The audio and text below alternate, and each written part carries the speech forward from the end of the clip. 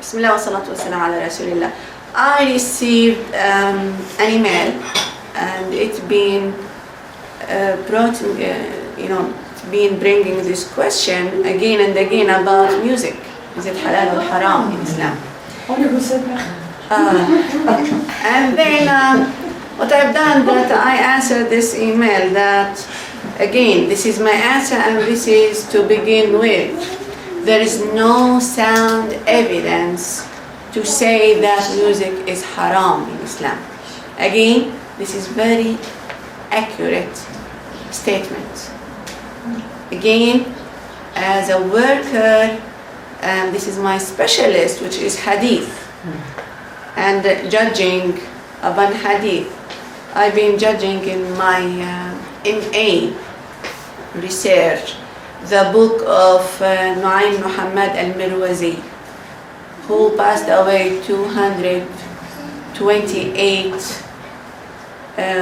the meaning the 2nd century of Hijrah. And he been with Al-Imam Ahmad ibn Hanbal at the same time. So I've been judging the hadith that he brought in his book Al-Fitan wa Ashrat al-Sa'a, and I judged almost 900 hadith in that book. So I'm not saying that my word should be the final word in this subject of today, but the thing I'm saying, that I'm capable to judge hadith, so I don't have a problem with that. Okay, we got the knowledge, we got the tools, got the access to the Arabic language and the access to science of hadith. So this is my field of specialist. So you don't ask, as the Salaf as-Salihin used to say, you don't ask the doctor why should he say that this is the illness, to name certain illness or to describe certain cure, because he's the doctor. And this is exactly what Muhammad ibn Sirin, rahimahullah, may Allah please him, he said to someone who asked him, he said, "Oh Shaykh," that one who asked Muhammad ibn Sirin, he asked him, he said, "Oh Shaykh, how could you figure out, you are the ulama of hadith, how could you figure out that this hadith is sound or not? And not to have a problem with other shaykh of hadith, other alim. So your answer in general should be very close to each other. So how could you do such thing?" He said, "We are the doctors of this science. So you don't ask the doctors of this science, how could you figure this out?" Actually, I received the same question from one of prominent researcher in Birmingham University. And he asked me, he's not Muslim, and he asked me, how could you know that any hadith from the past is right, sound? How could you figure this out? Again, actually I borrowed the same answer of Muhammad ibn Sirin, because this is the only answer I got. I said to my professor there, well, it is easy. I'll ask you this in a very simple way. If you go to the doctor and he said to you, you have such illness, you will ask him, how could you figure this out? Well, he been doing all those years of research in medicine, and now you are asking him, if he told you, you won't be able to understand it perfectly. This is the easiest answer, the simplest one. So anyone will question any of those classifications of hadith done by ulama of the past or the ulama of the present, well, I think instead of questioning them, you go yourself and you go deep and you compare first. If any of those ulama will say exactly the opposite. In this case, yes. I'm not saying you are not allowed to question, please. What I'm saying that you look around you, you ask different ulama, and what is the references for such classification. Then, if you found out that those classifications are contradicting each other. One to say halal, the other to say haram. In this case, yes, you go, or sound or weak. In this case, yes, you are more than welcome to ask and to question, why should I find out different results on the same hadith, on the same subject matter, on the same topic? Yes, of course, you are more than welcome to ask and to research yourself, to read, and to read in depth without making what is in the back of your head supersede the new knowledge. This is not the right thing to do, and it is not fair. So again, what I'm asking from you sisters and brothers, to open your heart and minds and try to listen perfectly. To accept or not to accept, it is your choice. What I'm saying, just I'm giving the information, these are my evidences, and now it is your decision, this is your deen. This is why Muhammad ibn Sirin, when he been referring to hadith, he said to his listener, this ilm, this science is your deen, this is your religion. So you watch out, you look carefully from where you are getting information. It is not fair to the information, not fair to the evidences of Islam, not fair to Quran and Sunnah, not fair with the Prophet Muhammad sallallahu alaihi wasallam, to say that he said something and he never said. To say that Quran said that and it is not meant in the Quran to be or to understood in such way. To say that this is the ultimate and the final understanding of such and such, and this is again not fair with the text, not fair with the evidence, and not fair with people around you, with your fellow Muslims. So don't do damage yourself to your own deen, please. This is my message, and I hope we all refrain from such thing. Again, I post this email about what is the ruling upon music. Again, the answer is like this, and I'm referring to Dr. Sharaf Al-Quda here from Jordan, who is described by some people and even myself to be a very rigid person.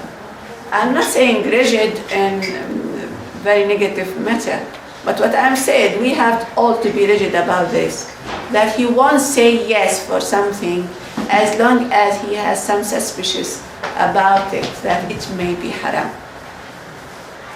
Going back to the evidence of Sharia, which is there, and talking about the narration of the Prophet Muhammad sallallahu alaihi wasallam. Again, what is the result? Immediately I'm putting it forward for you. There is no sound evidence to say that music is haram. Okay, what about the evidences being brought by those people around us? Okay, before going and digging in evidence, I'll ask you to look around you. You are living in Islamic countries or not? No problem, because the channels, it is open via satellite. So we have some very Islamic channels there. We have Al-Huda channel, we have Iqra, we have Al-Risala, we have An-Nas, we have many. Okay, talking about some channels which is Islamic and related to some groups, if I can say something like that. Brotherhood channel coming from Gaza, talking about Hamas channel, Al-Kitab or Al-Aqsa channel. So we have coming from Shia channel, we have Al-Manar channel. Okay, so we have many channels which being considered to Sunni or the Shia to be religious channels. Okay, we have Al-Majd not to forget Al-Majd, the Saudi channel. We have a package from those channels. So the thing that some channels may have music, some channels may have not. Okay, why should we, this is the question, why should we found those Islamic channels to have music, to run music in certain nasheed? Are they doing something which is haram? The children's channels. The children's channel, which is the Islamic children's channel. We have Karamish, we have Jannah in Jordan. We have again something to related to some Salafi from Saudi Arabia. So again, this is actually the question. This straightforward. Why should some Islamic channel have music in it? So it is one of two. They are Islamic or not Islamic. You will say to me, they are Islamic. Good. You may have another answer. You say, in this point, they are not very Islamic. Well, you can't do such. You can answer such in such manner, but this will be just like playing. Because you have to decide. Well, Iqra and the rest of them, they said clearly that every time we do or we broadcast anything, we'll try to issue a fatwa about it. And a fatwa upon it. You just go back to some interviews done by the director of Al Huda channel or the director of Iqra or Risala, all of them. All of them will answer you the same answer, that we used to and we are trying to figure out some fatwa, and then we are doing the job upon it. So broadcasting music and nasheed with music there, it is done upon fatwa. When we say upon fatwa, that means one of Muslim shuyukh in present time, to mention Dr. Sheikh Yusuf al-Qaradawi, or some others like Sheikh Salman al-Auda in Egypt, in Saudi Arabia, or the Shuyukh al-Azhar, talking about Sheikh Ali Juma in the previous time, or who is sitting in this chair of fatwa.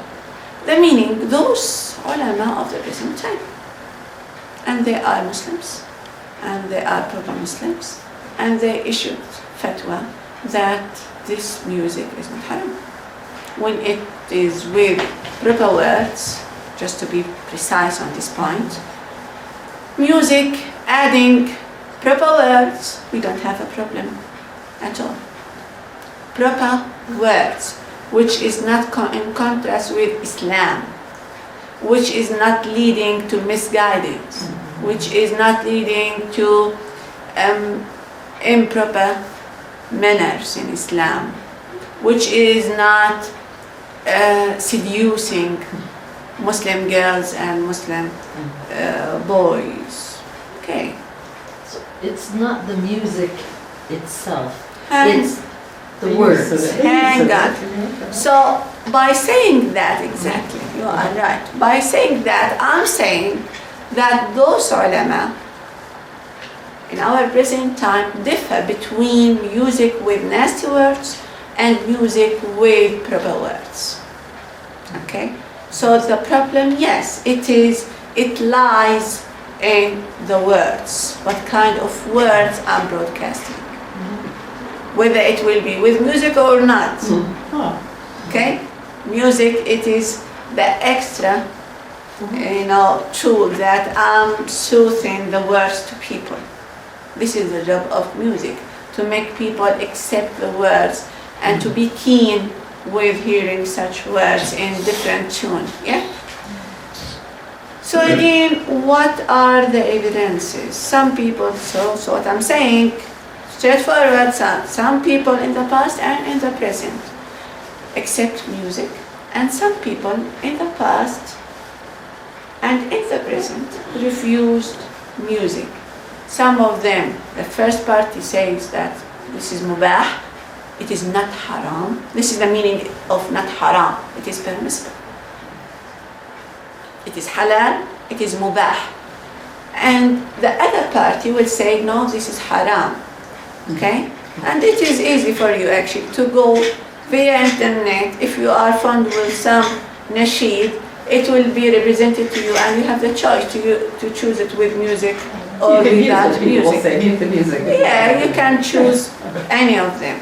Okay, so what are the evidences behind ibaha?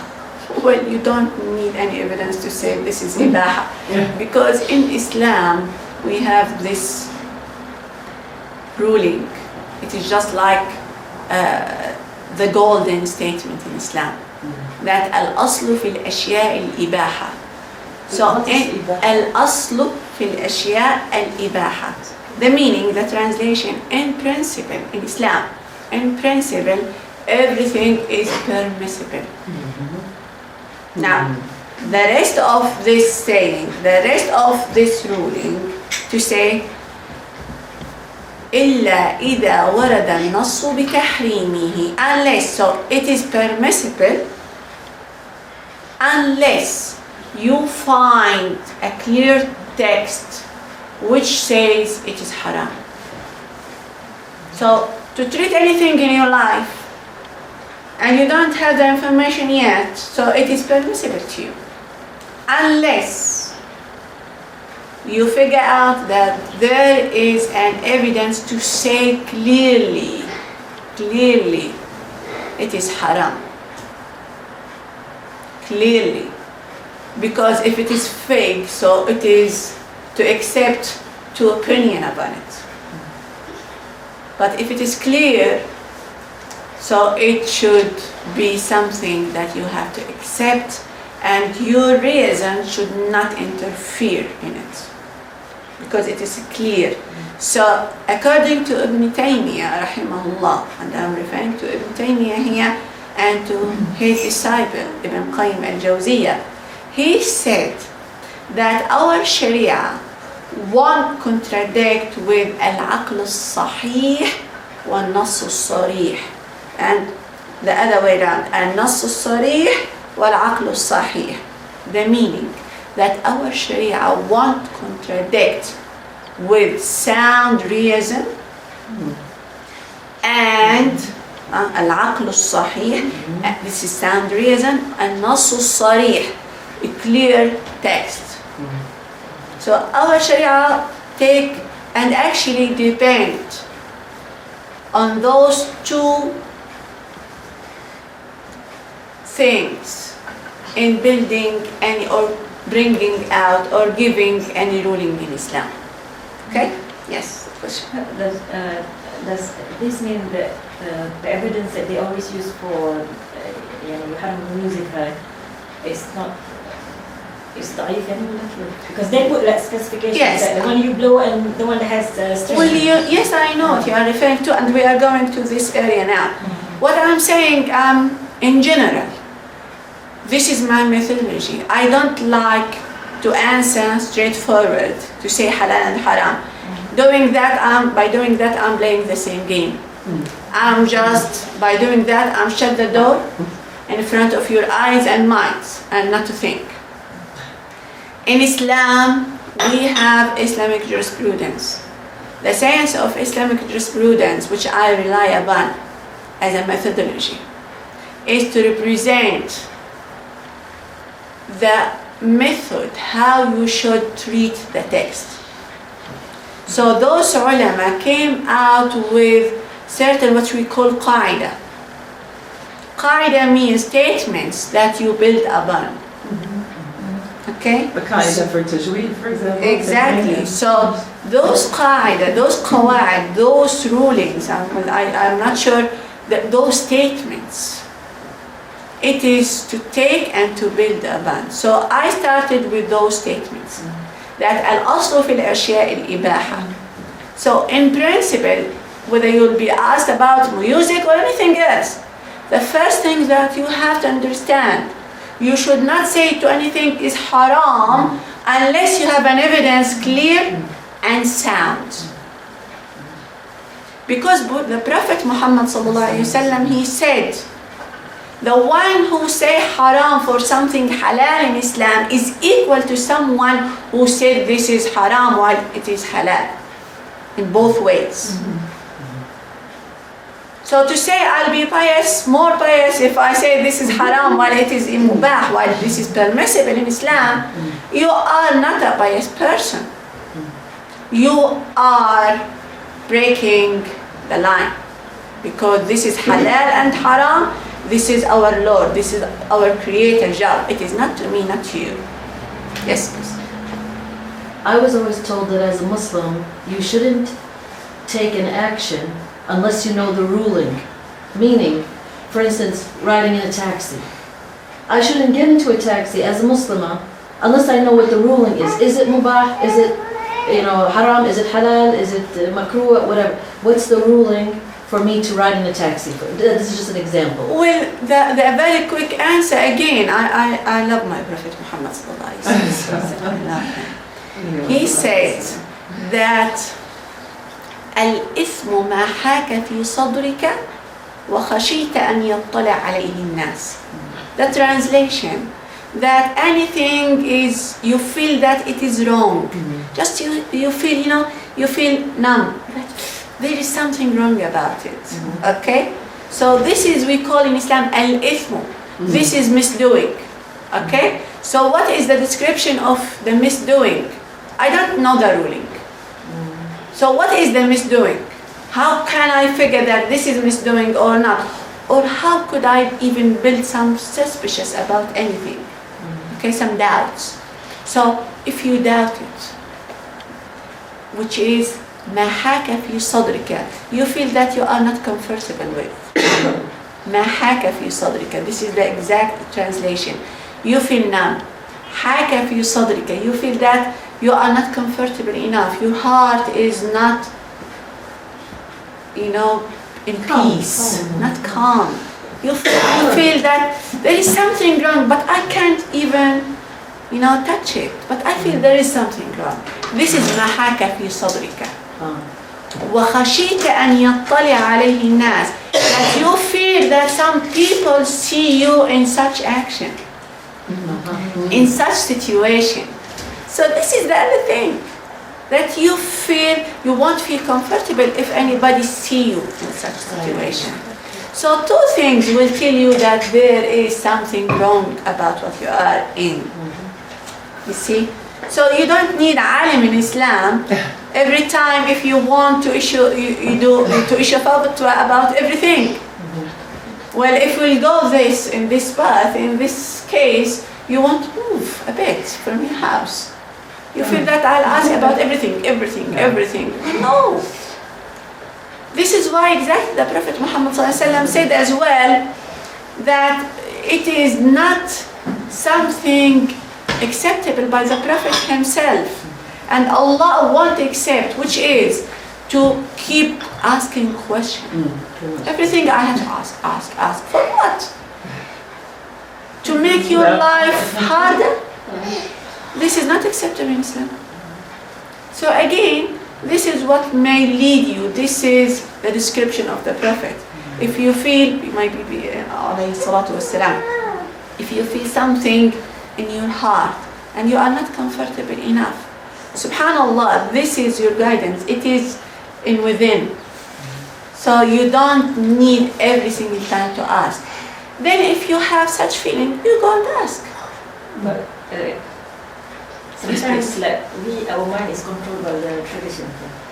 Like we feel bad to do it because of, the tradition doesn't allow it, and it's not from the... Yeah, but you can differ really. Sister, I assure you. All of us, we can differ what is deep in our heart. Yeah, we know it's what true, is coming out from tradition or not. Now, this is not your deal. By the way, if you refrain from doing something to satisfy people, this won't satisfy Allah subhanahu wa ta'ala.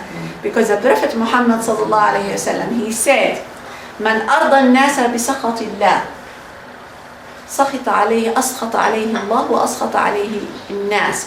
The one who is doing some deed to satisfy people and not just to satisfy Allah subhanahu wa ta'ala, in the end of the day, Allah won't be happy. about him, and this won't make people happy on the end of the day. So this is the ending, you know. But if you are sure that Allah is satisfied about such thing, this is what really matters. Believe me, Allah will make people be satisfied, inshallah. For example, kids like in Saudi, women, it's not good for women to go and pay education. Yeah. So sometimes I do not do it. It's not because it's from Deen. I know it's from Deen, but I feel that people will look at me differently, and also I feel maybe my husband will feel not good also. Embarrassed by that. Well, again, sister. So I don't know. Well, for some people, just to broadcast such videos, it will be something shameful for some people.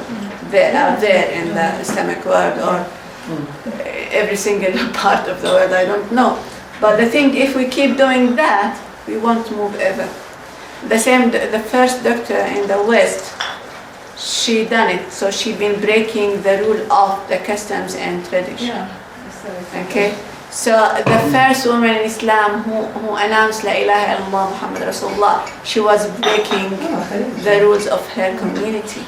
You know, as long as you know that Allah is satisfied, I think this is the end of your story. Yeah. So don't try to pursue people's satisfaction, because as we said in Arabic, people's satisfaction never be gained, ever. Okay, going back to our subject matter. So do I say there is no sound evidence to say that music is haram? Yes. Why should I put down this introduction forward for you to say that upon this introduction, if we want to seek the ruling for music or anything else in Islam, that in principle it is mubah.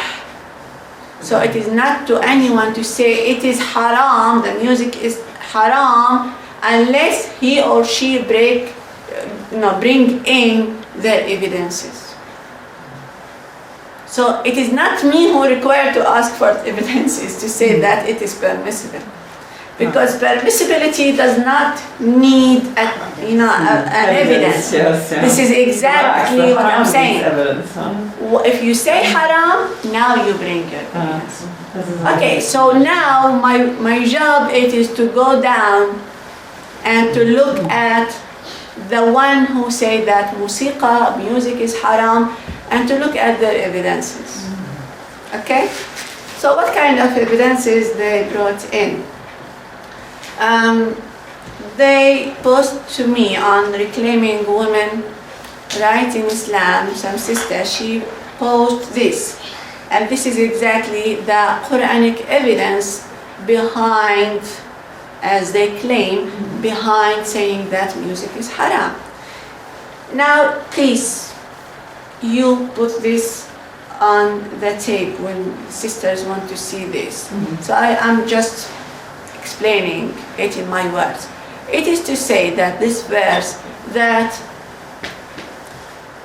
you should not listen to people who are playing with the words of Allah and who are keen to listen to something which is referring to Allah's words.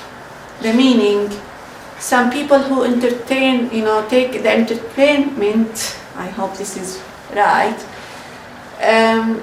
just to play with Allah's words, to mock with the rulings of Allah subhanahu wa ta'ala, and to mock the Prophet Muhammad sallallahu alaihi wasallam and his companion. Okay? So what is the reason behind that?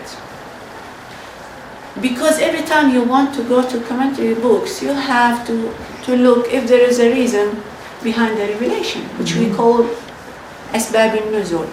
And by the way, Asbab al-Nuzul, they are narrations. The meaning, they should be treated just like any narration.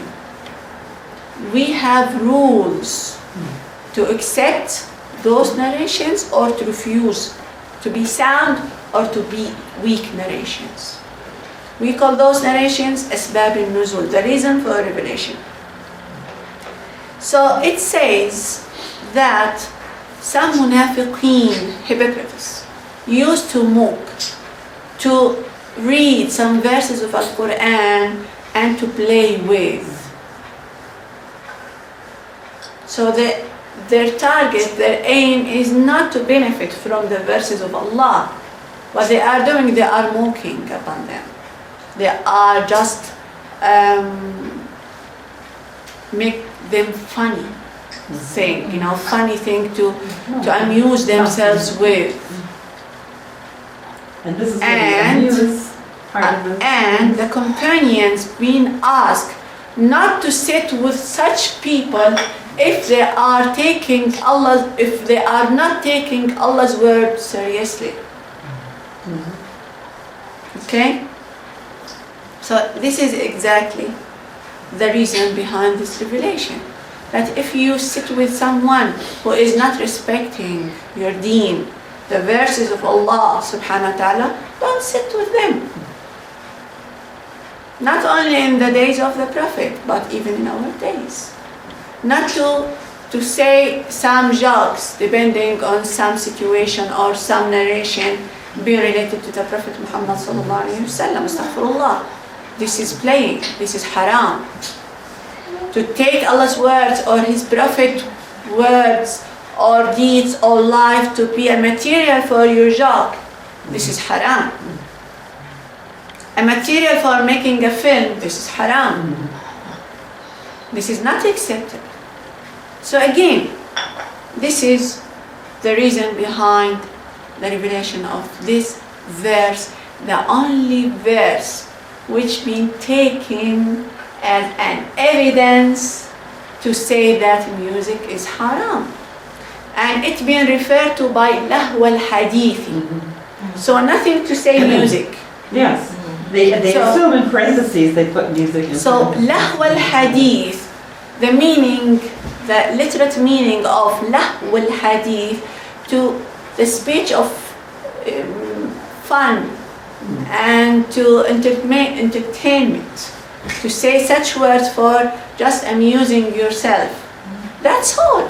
So lahw al-hadith, to abandon Al-Quran and abandon the verses of Al-Quran and the lessons behind those verses and the rules behind those verses, and to dig in those verses in different manner, which just to have fun, just to amuse yourself, or to leave listening to Allah's word and to say, no, I'm not listening to such words, I'm going to do something else which amuse me.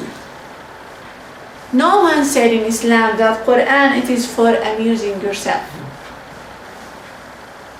If you want to hear Al-Quran, you have to listen perfectly and to try to understand whatever behind, what lessons behind those words of Allah subhanahu wa ta'ala. Yes, please. In English, you sometimes see the tafsir in the meaning as vain or idle discourse. Vain, and in other words, the person is taking vanity. He's becoming a celebrity over what he's doing. Yes. The vanity, he has an ego issue going on. And idle, which is idle is, useless, worthless work. And discourse, anything to say or talk or... But how music gets out of all that, I never can understand. Where Well, they actually, get this music there from? is in the book It of could be inferred, Tafsir. yes. but- Yes. There is in the book of Tafsir, there is a story of someone who is Ayat, one of as-Salaf as-Salihin. Okay? This person, he was fond of music. So he been heading to learn how to play certain instruments. Okay? So while he was doing that and playing music, he heard this verse. And upon this verse, he said, no, it is time to abandon it. So he left the instrument, his musical instrument, and then he took Al-Quran and he been doing all his life after that, just to make all his life about reading Al-Quran and following Allah's words. Okay? It's been referring to this person, one of at-tabi'een, the follower of the companions of the Prophet Muhammad sallallahu alaihi wasallam. It seems that the people who read this story, they connected it to the music itself. No, actually, I can generalize it. Well, you go back in the Quran itself, and I'm referring to the other post, which is in reclaiming that your wives, your children, to the story of Solomon alayhi salatu wassalam, when he saw that his horses is taking him away from thinking and supplication to Allah subhanahu wa ta'ala. So the thing that if you've been taken, and I love this expression, you've been taken by something from this world, and this is taking you and making you away from your deen, from your Quran, well, the ending of this is haram. In principle, our children, they are halal. Our husbands and wives, they are halal. Horses are halal. Food is halal. But if this, the ending of being involved, to turn as a passion to you, and you are not even looking to Allah's words, not reading Al-Quran, not doing your ibadah, of course the ending of this is haram.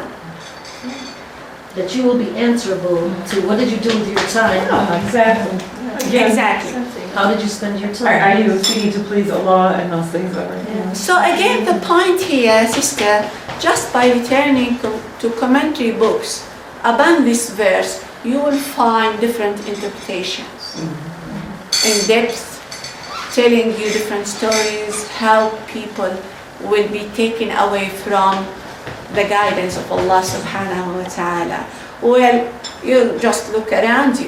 If you, for example, starting your life as a religious one, and then you've been found with some ladies, and sex will take your time away. So your deen won't be there anymore. Although you may get, your relationship with those ladies as wives, but you are taken by your life, just doing and being up to your ears with that, and find no time to read Al-Quran or to do your ibadah. So this is the bottom line. If you've been taken by something, even if it is halal, the ending of it will be haram, because this is taking you away from Allah subhanahu wa ta'ala and His words.